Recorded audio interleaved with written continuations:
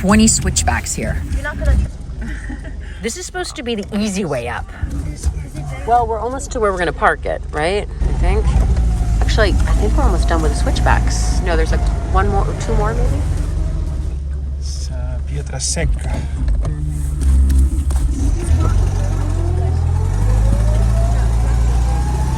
Okay, guys, everyone look out for an Austrian priest. He's going to be walking. There he is. Wow, that was a that was a drive. Welcome. Yeah, you took the easy road. So I'm guessing the roads aren't that great around here in winter. Not on the mountain. To get up on the mountain, some of the roads do suffer, yeah. So you spend a lot of time walking? Yeah, I don't have a car like yours, so I spend a lot of time walking. It is a special experience. In training in philosophy, I'm an Aristotelian of sorts. And the Aristotelian school was called in Greece the peripatei, which means the ones who walk around. So yeah, I can think better when I walk around.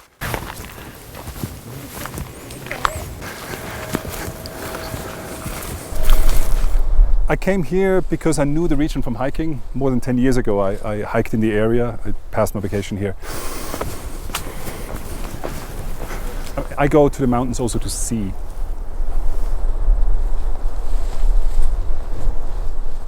For most of my life, I lived with views, and then I spent 2 years living in a valley. And it even felt like a mental closure, in a sense that you couldn't see. It was just, you were closed in. So in a way, for me, the mountains are places where the external vision helps with the interior seeing, in a certain sense.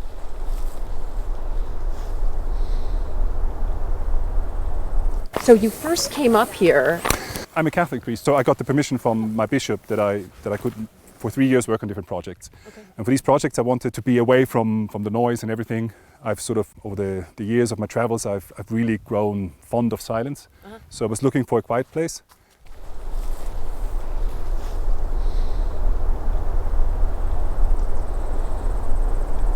There's only one person living on the mountain permanently, about a kilometer below me, that's 70 years old. He's my only neighbor.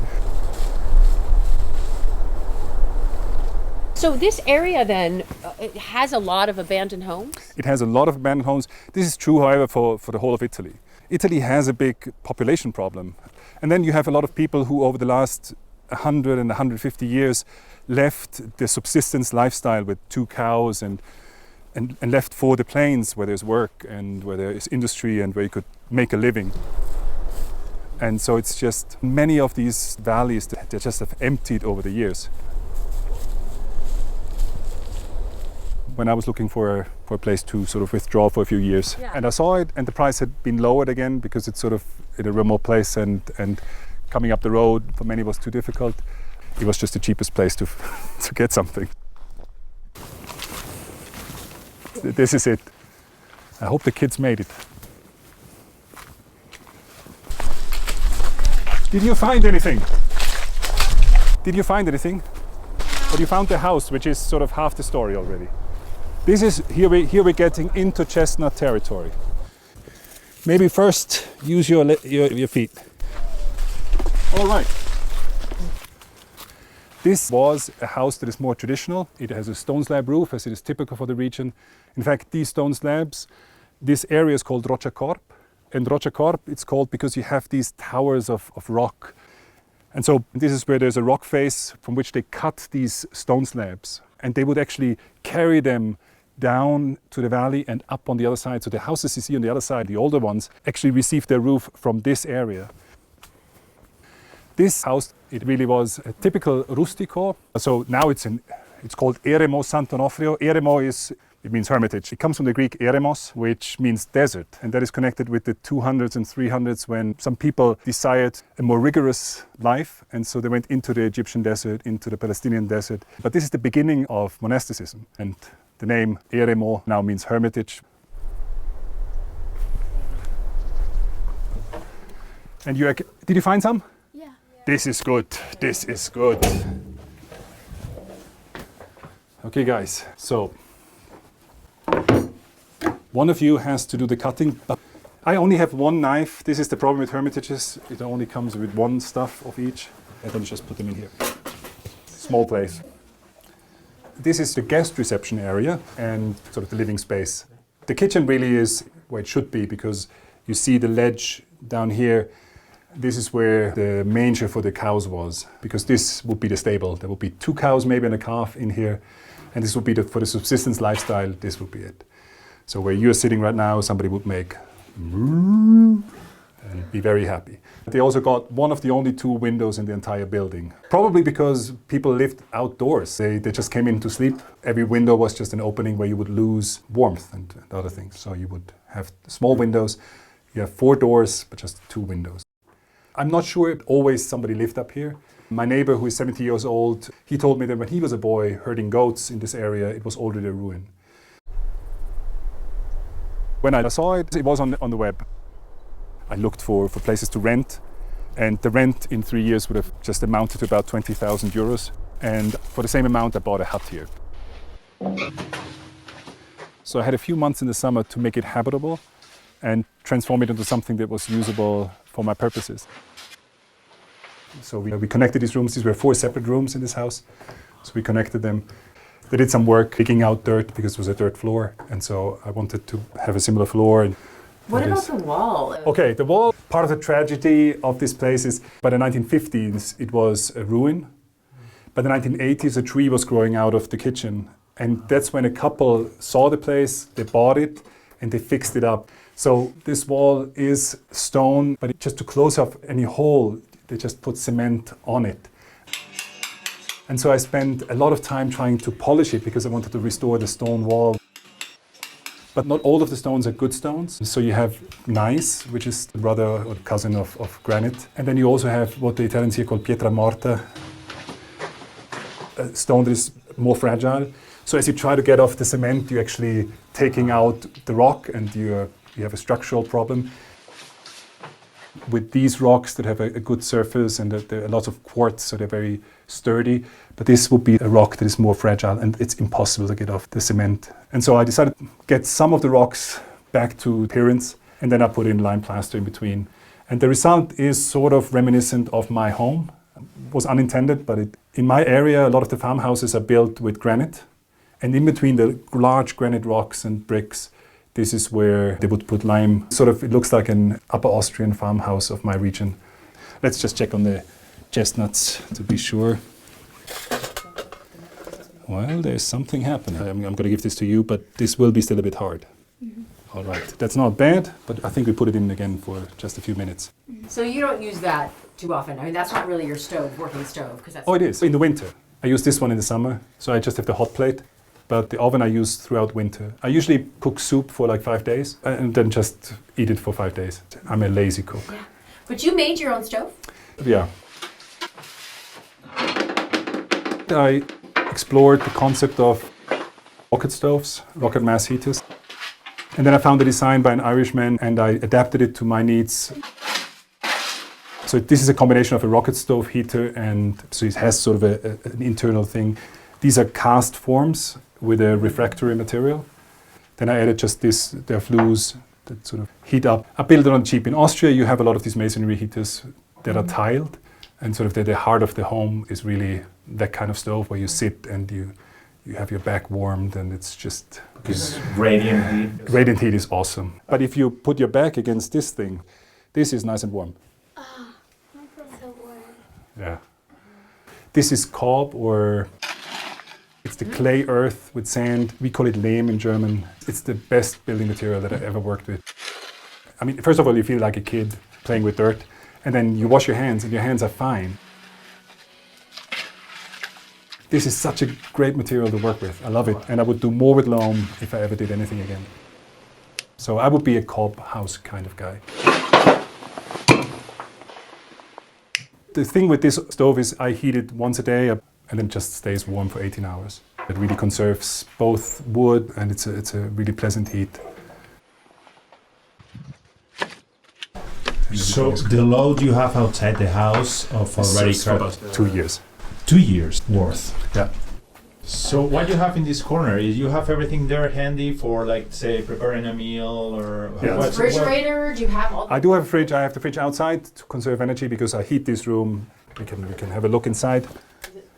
I have the toilet and shower I installed here. This used to have an earthen floor when I came here. And this used to be the door, so it is that low. So you would really be a very humble person to come in here and do whatever you had to do. But I don't heat this room, so I have the fridge here. It conserves energy, and it's storage for food. The potato harvest. Is that your harvest? This is my harvest, yeah. Oh, wow. Let's say winter comes and it gets really intense and you have to stay here some days or even weeks. You are comfortable? I'm comfortable. I usually go, even in the summer or in the winter, I go to buy food only every 2 or 3 weeks. And then I put everything in the backpack and I carry it up. So what percentage of that food you want to grow yourself or you are already growing? Or In the summer, my lunch and often dinner is just a salad from the garden. In the winter, it's what I have in storage. Some of the things that I can, or jam, some chestnuts have already been collected. And then I usually conserve them by making jam. This is chestnut jam. You have snowshoes then? So what's the winter time like? I'm here on the southern slope, so the snow that falls melts. But we do get, every now and then, just 3 feet of snow in one go.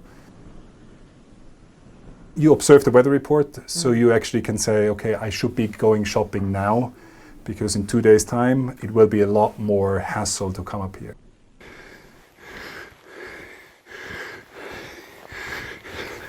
And when there's a full path of snow and you have to fight your way up, and then it takes me, what usually I do in 40 minutes, it takes me 3 hours.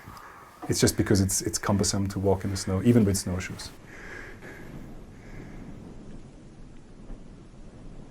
your washing machine is very small, has to be fish. It's 3 kilos, I think. I used to hand wash, but a family friend, he fixes washing machines. And he said, you have to get one of these old, if it's mechanic, this is probably 30 years old. I bought it for $50 and for 40 I had it repaired. And then I transported this on a trolley down from where I left my car. Actually, the fridge I transported on a bicycle. The shower, this is from material I reclaimed. The tiles, they were for free. So staying on the budget, I'm working with things that I got. All right, for better or worse, they're from a different tree. It is very cozy. Well, It's a home. It is. I tried to make it into a home. I did the furniture, and I'm not really an expert in this. Yeah. What about this bread? Is it local bread? I didn't make this bread. I do make bread here. Using This oven, yeah. I eat a lot of soup, but of course I also eat a lot of pizza. What is the verdict? Is it So good? good. Thank you So so good. much. But we can go up to the other multi-use area. This is not what I expected. It looks like an edit room. I mean, It is. an editing hermitage. Yeah, I guess because of my work has to do with media, I came to the place not because I just wanted silence and be alone. I brought work with me. So because I came here to actually work on projects, so the sleeping area is not very exciting. The clothes are down there. So this is the winter jacket and stuff. And so I'm a diocesan priest. I'm not a monk. So my traditional color is black. But when I went on my pilgrimage to Jerusalem, my bishop actually blessed a habit that was a pilgrim's outfit. And so I use it as my Sunday best in the hermitage.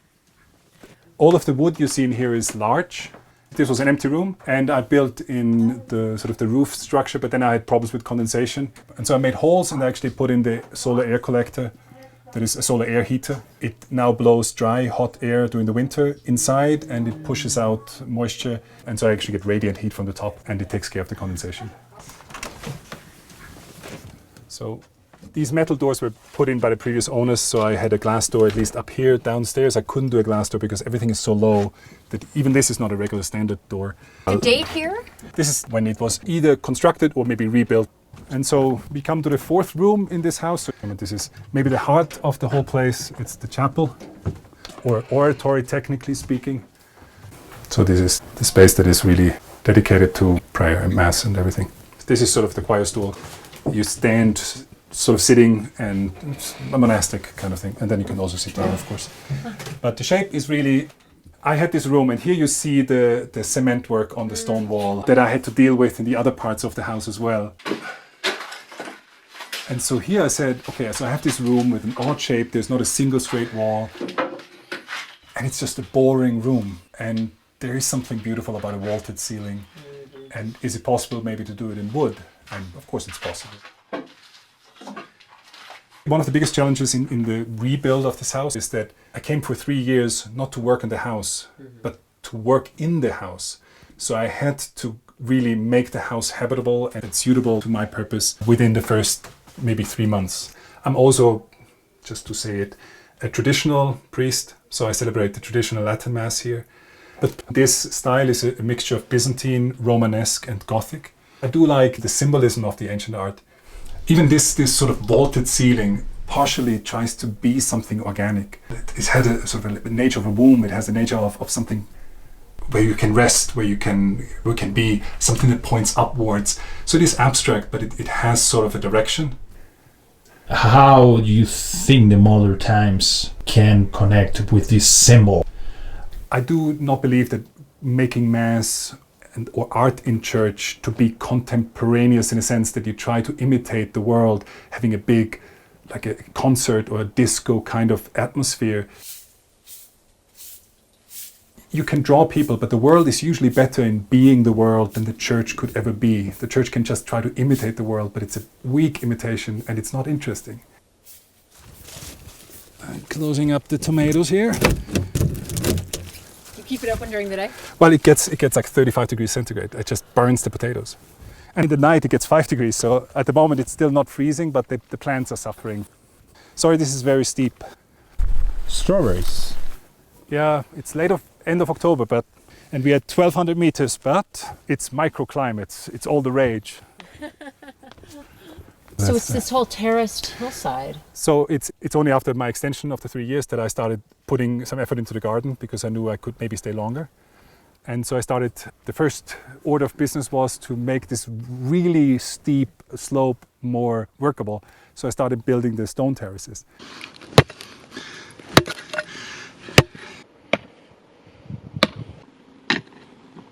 So these I did to have more straight workable areas. But the second benefit is also that you create microclimates. And so you try to get walls that have southern exposure because they heat up during the day and they give off the warmth, and you can create a microclimate. So you carried all this stone to build the terraces? Yes. So I don't have a gym.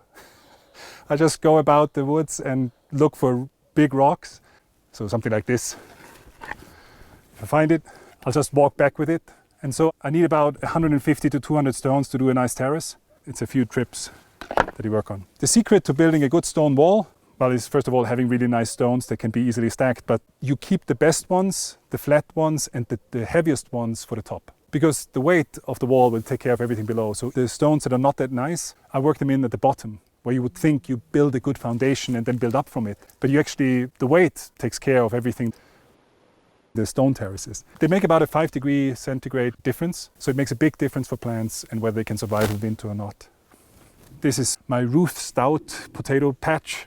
So this is really just old hay, and there are leaves that I put in, but you take a lot of leaves that, like maple, that are quick to decompose. And so I'll just bury the potatoes and they grow. I don't put them in the earth. So the Ruth Stout method is basically you let it grow. And so when you harvest them, you don't have to clean them. You just push the hay aside and you pick the potatoes. So it's a very easy way. It's a mantra in a lot of gardens is you have to build soil. You're not really growing food, you're growing soil.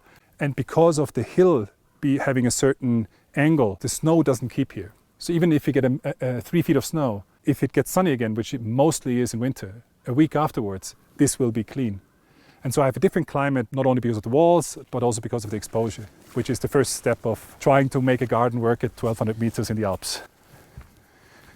This is really, it's a terrace that I just freshly made, so I'm still building soil, but then it was so empty that I just had to put something towards the end of the season. But this is some cabbage, and there's some salad and some other kohlrabi. But they are cold tolerant, they grow even in low temperatures, so 10 degrees, so during the day these will be growing. Then you have yosta berries and blackberries and gooseberries and spinach, and this is chard, and this also is cold tolerant together with, I don't know what you call this, maybe green cabbage, I don't know. Now here again is the attempt to do something which is maybe foolish at 1,200 meters, which is a fig tree. Yes, we do see figs here. It's the fig tree that is still left over from the previous owners. And it's the first one together with this really large laurel up there, which is a Mediterranean kind of plant. And it shouldn't be growing up here. It was the first indication that I might get away with doing some things that are for different zones, microclimates. Really is in here. These are the highest growing tomatoes in this valley. Probably on this mountain there is nobody else that tends a garden because nobody's living up here anymore. Try a cherry tomato. And these are the Cuore di Bue. These are also they have a lot of sugar content. But here you actually see, well, the plants now have really suffered from the temperature shocks. It's the end of the season. Last year, I did the last big picking on the 1st of December. And in the evening of the 1st of December, we got a foot of snow. But then it warmed up again, and so the cherry tomatoes, the last ones I ate on the 26th of December, which is insane for this region. But the wall really heats up.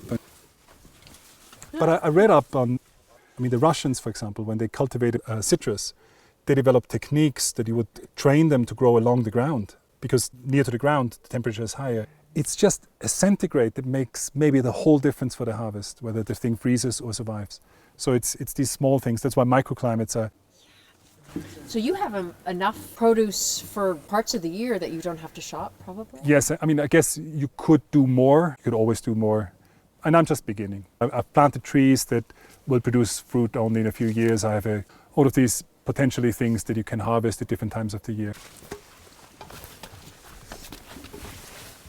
How are you guys doing? Did you take out the other chestnuts? Yeah. Okay. I was doing a trek this summer and I met 2 Americans from California and I said, I live in a hermitage. And so the young woman said, great, my father said, I have to try and meet a hermit while I'm in Europe. I was like, well, if you don't come to the hermitage, the hermit comes to you. And there are still some late blooms and I recommend you to leave them because I still have bumblebees who are really excited, but you can just... And then she very properly observed, well, then he can't be a very good hermit because a hermit should be living in a hermitage, which is very true. But I always say I'm a part-time hermit. You might have noticed it. So I have lizards living in these, and so I didn't want to close them up. And so this is the Grotto di San Giorgio because St. George was fighting the dragon, so there's a dragon living in there. There are 2 living in here, so I made it a monastero. The sun is gone, so the lizards are hiding away. But in the morning they come out. Does it smell good? Mm-hmm. This is probably the highest grown lavender. Certainly by a hermit. It's the highest grown lavender by an Austrian hermit in the Italian Alps, most likely in this region. It's all marketing, right? So, good.